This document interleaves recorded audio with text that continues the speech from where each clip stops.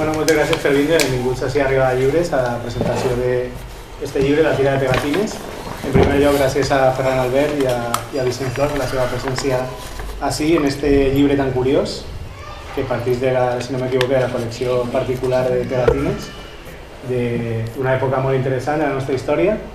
I no res, vos dice en Ferran i en Vicent han tingut a bé donar-me per regalar unes pegatines, aniré repartint el llibre. Jo també en vull una. Si toda va ser una, també se la posaré. Anem a repartir pegatines per tots. Molt bé. Posarem un vídeo, no?, quan diga Ferran. Sí, ara en acabar. I si vols, quan termine el vídeo, encengues llum, no?, perquè no estiguem així a fosques. Ah, però ens hem de posar, vale. Clar, home, clar. Que tape la marca. Ja estem identificats. Estem? Sí. Bueno, bona vesprada, moltes gràcies a tots i a totes, avui a totes i a tots per acompanyar-nos. Gràcies a l'editorial per haver publicat este llibre i a Arribada per acollir-nos i per descomptat gràcies a l'autor, a Ferran Albert. Jo l'altre dia vaig posar en Twitter perquè tenia que ajudar a la promoció de l'acte i dic que perdoneu-me, molt content de lo que vas dir perquè vas posar, hi ha persones que es dediquen a salvar la memòria col·lectiva i ell n'és un perquè li hem d'estar però tant agraïts perquè aquesta societat que té moltes coses bones, no diré que no, també alguna no tan bona, pues tendeix a tindre algun problema de memòria, diguem-ne, no?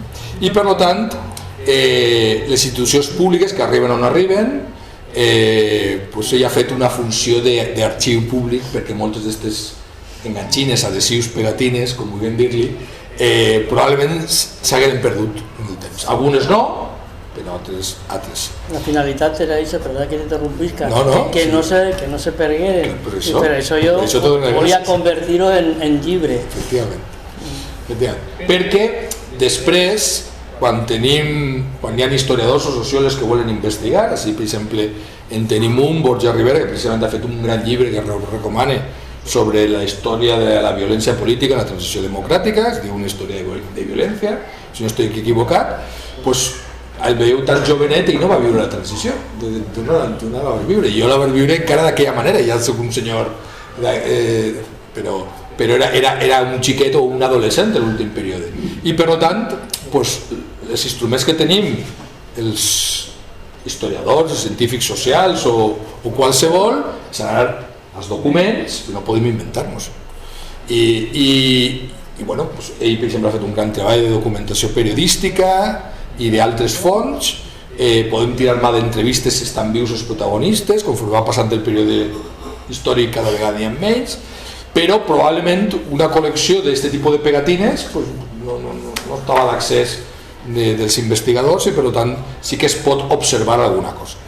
I a més, la gràcia que té, perquè recuperar memòria col·lectiva de qualsevol període és important, però de la transició democràtica un poc més, per alguna cosa que diré.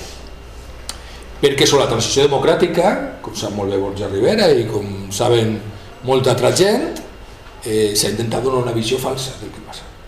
S'ha intentat donar una visió descafeinada, harmònica, que no respon a la realitat. La realitat fou que hi hagué un moviment civil, polític, de tradició antifranquista i valencianista que volgué capgirar les coses en aquest país i que amb l'ajuda de dirigents polítics, institucions de l'Estat, el governador civil i alguns altres van capgirar. I això és una de les coses que es veu clarament al llibre.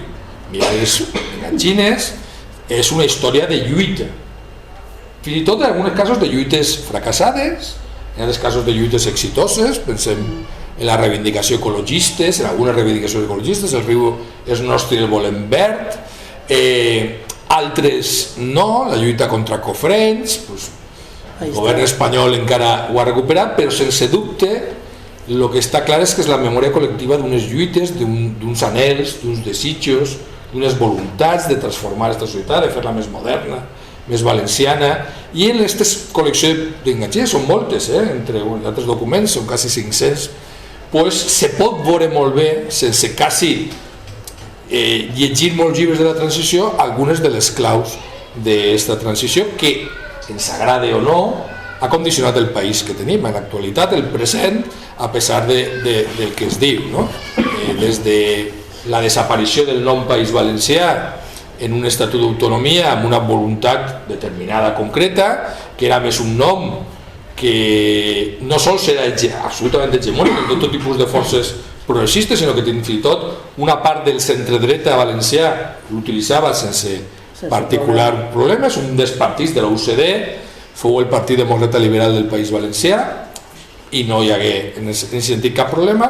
I per tant, Ferran, jo volia simplement donar-te les gràcies en públic pel treball que has fet de recopilació, que a lo millor no sé si assiste la teva dona o no està, m'imagina que estaria, ja m'imaginava m'imaginava qui seria, però no volia clavar la pota, aquestes coses pues, que alguna vegada a lo millor ha pensat, a lo millor, no ho sé, a lo millor ha pensat, però Ferran, que no té altres coses més importants que fer. Bueno, pues així hi ha un senyor sociòleg que li diu, si em permet, que el que ha fet és important, perquè dissortadament si no s'hagueren perdut, i per tant aquesta tasca de conservació i el fet de convertir-la en un llibre que té un ISBN, que per tant queda, a pesar que hi ha gent que li agraden cremar llibres o amagar llibres, els llibres solen quedar, queden, romanen. Era la millor manera de salvar una part d'aquest patrimoni que espero que després acabe en bones mans. Només que això espero que m'agradaria, si fos possible, que acabara en bones mans, perquè els originals són importants. Per tant, enhorabona, Ferran, gràcies a l'editorial, gràcies a tots vosaltres i gràcies a les llibreries perquè junten els arxius, les biblioteques i les llibreries són els tres grans espais de memòria, a banda d'altres moltes coses, són moltes altres coses, i hem d'agrair molt que hi hagi gent que encara tinga la valentia, jo probablement no ho faria, no soc tan valent com tu, de fer una llibreria en el centre valencià, que a més cuideu els llibres en valencià i és d'agrair, i volia dir-ho en públic. Per tant, ara a escoltar-te, Ferran, que tu ets el protagonista avui. Vaig intentar contar la meva història. Bé, també agrair a Héctor l'amabilitat de cedir-me el seu local, a Éxito Edicions, que pensava que no anaven a vindre perquè tenien un acte, però tenim així a Juan Visquer, que és el pare de la fundació en concret. Gràcies per vindre, ha sigut un plaer conèixer, que no te coneixia. I també avisem, gràcies per estar així i per les teves paraules, evidentment. Mira, a tots vosaltres que tinc que dir-vos, ja molts us conec i els que no us conec, gràcies per vindre. La història de les pegatines del llibre en concret és una història personal meua que transcorre en el període que estàvem parlant, de 1975 a 1982, època que es va produir la transició, que anomenen la transició espanyola. En aquell moment que es produeix la transició, es produeix una explosió de la societat tant valenciana com espanyola de llibertat. Tot el món reclamava drets, tot el món, tant la societat civil, com la cultural, com la política, com la sindical. I la societat, aquests grups, sempre anaven per davant del món polític. Per això es va fer en qüestió de 8 anys una reforma tan profunda. I tota aquesta història, repetís que en el llibre es recorda, es representa, parla d'ella mitjançant la pegatina, que era el mitjà de comunicació més important que havia en aquell moment. Per tant, la pegatina podem dir ja que és un document històric. I per donar-vos algun exemple de la pegatina, l'important que era en aquell temps, imagineu-vos que quan se n'anava a una manifestació, quan arribaves allí tu no portaves res, però en arribar allí en seguida te col·locaven, com s'han col·locat així, una pegatina, i a partir d'aquest moment passaves a ser un subjecte polític. Ja no eres Ferran Albert, ja eres un subjecte polític que anava contra algo que reclamava algun dret. Podies acabar en una, podies acabar en 400, perquè venien els ecologistes, te pegaven una altra. Venien els feministes i tal, total, que acabava estar. Recorde en la Fira del Llibre passada, a València, un senyor me diu, mira, aquesta pegatina, en aquesta pegatina la policia venia darrere de mi aventant-me, perquè solien dissoldre les manifestacions. I jo dic, pues sí, és que és això, es trasladen a moments històrics i això era el preu d'estar allí i amb la pegatina que te surrava. I me dic, policia? Jo dic, no, policia no, grisos. En aquella època es identificaven per els grisos, no deien la policia, perquè anaven completament de gris. Doncs més d'uno que portava la pegatina com la portem nosaltres, és una anècdota, se la va tindre que engordir en la comissaria o en un control policial, perquè així estava el tema.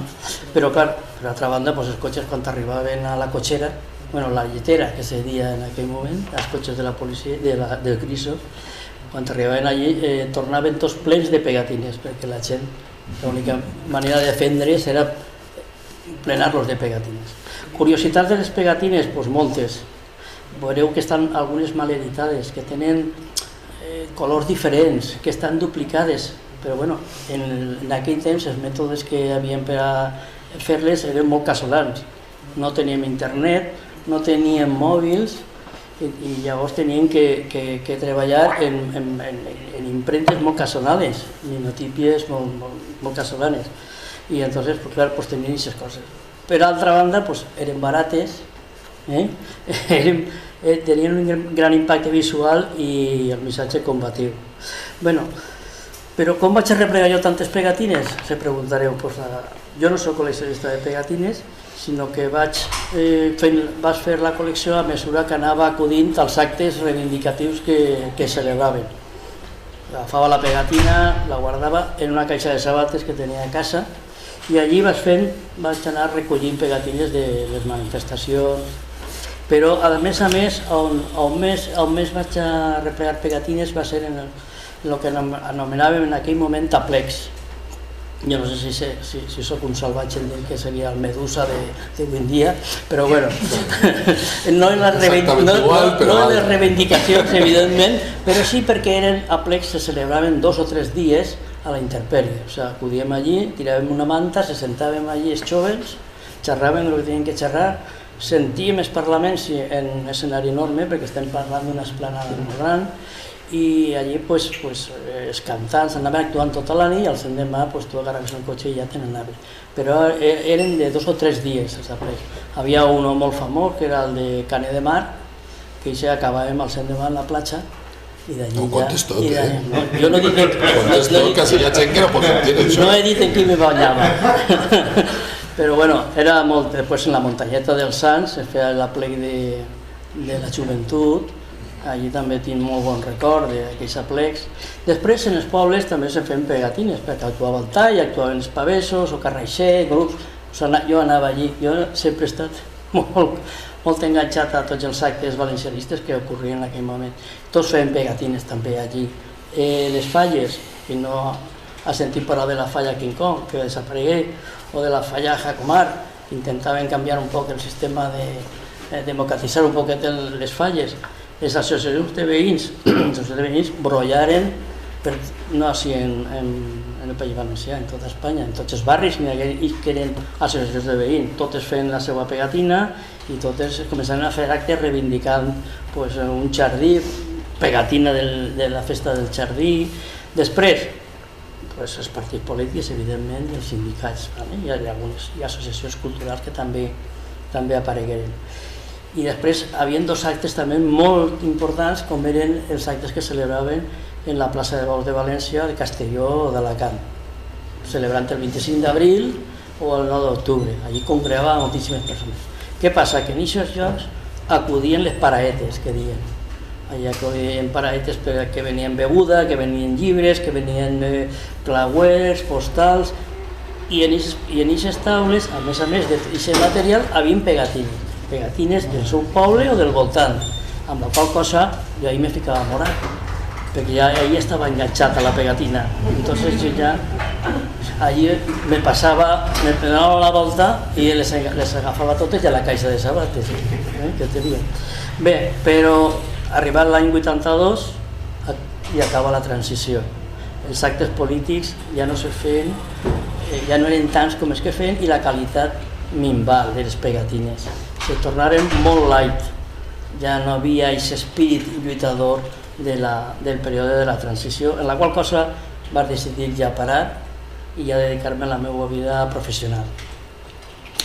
I ja va ser el 2019 quan ja vaig tornar a agarrar la caixa de sabates i vaig ordenar un poquet el material. Vaig fer unes carpetes autoadhesives, les va fer País Valencià, una altra de comunitats autònomes i una altra d'Espanya, després per temàtiques socioculturals, identitàries, ecologisme, i ja me vaig quedar més tranquil i dic, bueno, pues això no se pot quedar així tota la vida ahí, tindré que donar-ho a alguna institució o biblioteca com a consulta per als joves o qualsevol persona que estigui interessada en el tema de la transició espanyola. I a més també em va fer un altre període, faré una exposició, clar, el 2025 me quedava lluny, ara ja me queda molt prop, que és l'any que ve. Molt prop. Jo dic, se celebraran els 50 anys del començament de la transició i entonces ara quan torno de vacances m'enganxaré al tema de l'exposició perquè crec que és important que no que es tingués que un llibre, sinó que se veja una exposició, un recorregut, no només de les pegatines del País Valencià, sinó també d'Espanya, no de totes, sinó un resum que represente al moment de la transició. I després me vingué la tercera pregunta, i per què no un llibre? I per què no 3? I entonces va fer el del País Valencià, vas fer també uno que engloba Catalunya del Nord, Catalunya Nord i Illes Balears, i un altre de comunitats autònomes i Espanya. El de Catalunya Nord i Illes Balears, no el tenia pensat, però sí el vaig recopilar perquè a nivell comercial, perquè estem parlant d'un llibre a color, en una qualitat de material de les fulles important i són molt costosos per a les editorials. Però estava pensant en Catalunya, que és un àmbit prou comercial en aquest aspecte, agradaria, no ho tenen res d'aquestes coses. De fet, en una anècdota, que és que en la Fira del Llibre, quan estigui signant llibres, m'he comentat de gent de l'editorial que s'havia venut un llibre en Barcelona en una universitat, el qual me crida l'atenció i jo dic, que pronto se entera la gent de les coses, no? Pues bueno, este es el tema que... Entonces vaig agafar el llibre i em vaig anar a buscar una editorial. El primer lloc que vaig anar va ser a la Diputació de València. Allí me trobé en la porta de l'ascensor amb Vicent, me vaig girar i dic, si és Vicent Flor, i dic, Vicent, el senyor Vicent porta este projecte, no me podia atendre, estava molt ocupat. No, però sí. És que tenia una reunió i que sense avisar, estaves molt ocupat. Jo repa tot el món, te vas rebre al final. Sí, però no m'ha deixat acabar, efectivament. Me va donar el seu correu, crida'm, envia'm un correu i ja quedarem per tal. Efectivament, li envié el correu i als 2 dies me contestant un correu personal. O sigui, jo ho vull dir, i efectivament quedarem, el va veure, li va encantar, li va entusiasmar, però me va donar 2 consells. Uno, que les pegatines les faltava a la data i que a les pegatines les faltava text. I ho vas comprendre ràpidament. I dic, pues és veritat, té raó este home. Entonces va ser un projecte que me va dur 2 anys d'acabar-lo. I la meva dona i la meva filla, que està així present, ja saben que moltes vegades me diuen, però què fas ahí, alça't ja, que se n'anem a tal puesto, i jo ahí R. Bueno, ho vas acabar i, pues claro, el treball de recopilar tota la informació, pues imagineu-vos, jo dic, pues llibres, biblioteques, internet. Clar, quan va fer en internet, doncs internet està fàcil, allà segur que n'hi ha informació. Efectivament, quan entrem en internet, pues no havia tanta informació, no se cregueu. No, havia molta informació d'Espanya, de les pegatines d'Espanya, però del País Valencià poques. I, per exemple, en Catalunya, la Universitat Autònoma de Barcelona té un catàleg de pegatines, però del País Valencià n'hi haurà 20 o 30. Però és que me n'hi al País Basc, que tenien grapats, inclús tenien 3 llibres fets del País Basc de les pegatines, però també tenien 20 o 30 i eren paregudes pràcticament a les de Catalunya. I després, col·leccionistes en Espanya n'havien més, tenien PDFs i tal, però totes eren iguals perquè segur que se les passaven d'uns a altres, però no del País Valencià. Això me va cabrejar i me va espentar més encara a fer el llibre, perquè clar, jo tenia tantes perquè jo m'havia patejat el país. Entonces, ells no, ells contaven les 4 més emblemàtiques que havien i això.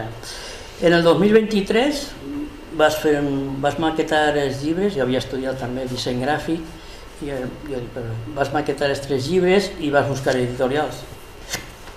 Estic passant per diverses editorials fins que arribi a la Fundació Esito, que m'atengueren perfectament, en concret tinc que dir els seus noms, Laura Mateu i Neus Pons, que estaven una com a directora de la Fundació i Neus com a directora de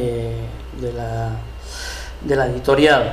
Ara està Erika i Neus és la directora, però gràcies a ells he complit el meu somni, que era d'una banda recuperar i reivindicar la memòria i la contribució d'aquestes organitzacions, moviments, institucions i persones anònimes en la construcció d'una societat democràtica al País Valencià i a l'Estat espanyol, i d'una altra banda que aquesta lluita manifestada en forma de pegatines que no quedara oblidada i que acostar-la a les generacions futures pel seu interès documental i històric.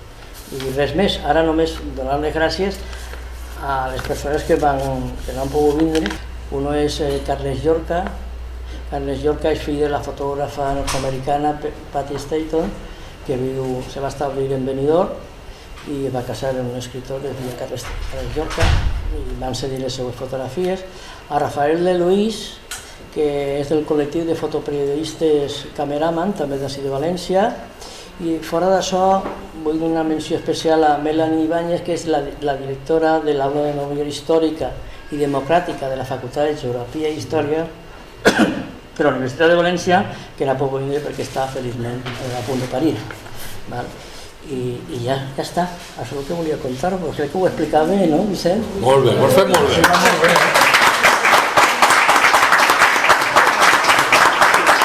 Hi ha alguna pregunta?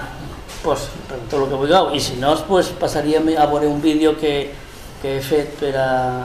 Jo vull fer una pregunta. Dime. Que Ferran, el llibre diu la tira de pegatines, parles de ganxines, però me posa així per a visualitzar-te. Dime.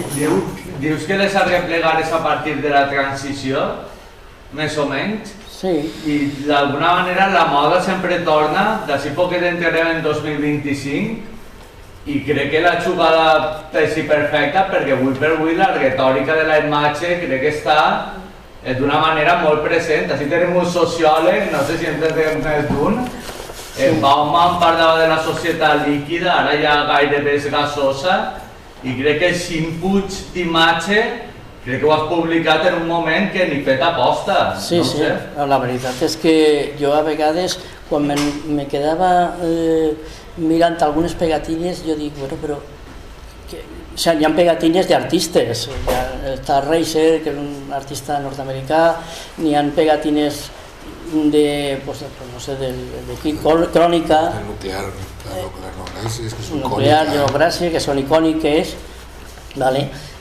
jo sempre me quedava sorprès, jo dic, quina qualitat artística poc valorada. Jo les pegatines les va registrar immediatament que les vas tindre, m'ania a Sant Miquel dels Reis, que està el registre de la propietat intel·lectual. Vas en el 82, jo vaig néixer en el 83, d'alguna manera la moda sempre és cíclica, i fa pocs anys s'han publicat llibres de marca, recordo un llibre de Pilar Alfonso que parla de tot marques, i crec que està molt relacionat amb el que d'alguna manera, jo no he llegit el llibre, ho sent, però d'alguna manera, tu veus des d'un altre vessant, però crec que mirat des d'un altre és un tema que està molt d'actualitat i resulta totalment candent. Sí, tens tota la raó.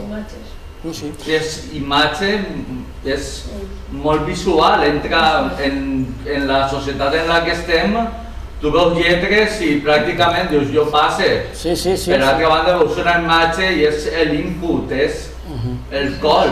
Respecte a les imatges sí que havia hagut una major atenció a la cartellística, els cartells, que tenien una gran importància en el moment, i sí que fins i tot una entrada en el món de l'art en alguns casos, en algunes consideracions, però sempre hi havia aquesta tendència que crec que és errònia de considerar que la pegatina és un tema menor, i per als investigadors es veurà que les pegatines també és una font, a banda de la qualitat o no n'hi ha molt d'amateurisme també, és una font d'informació molt important de moltes coses, perquè probablement efectivament es feien més pegatines que cartells. El cartell implicava un cost més gran i per tant així hi ha un...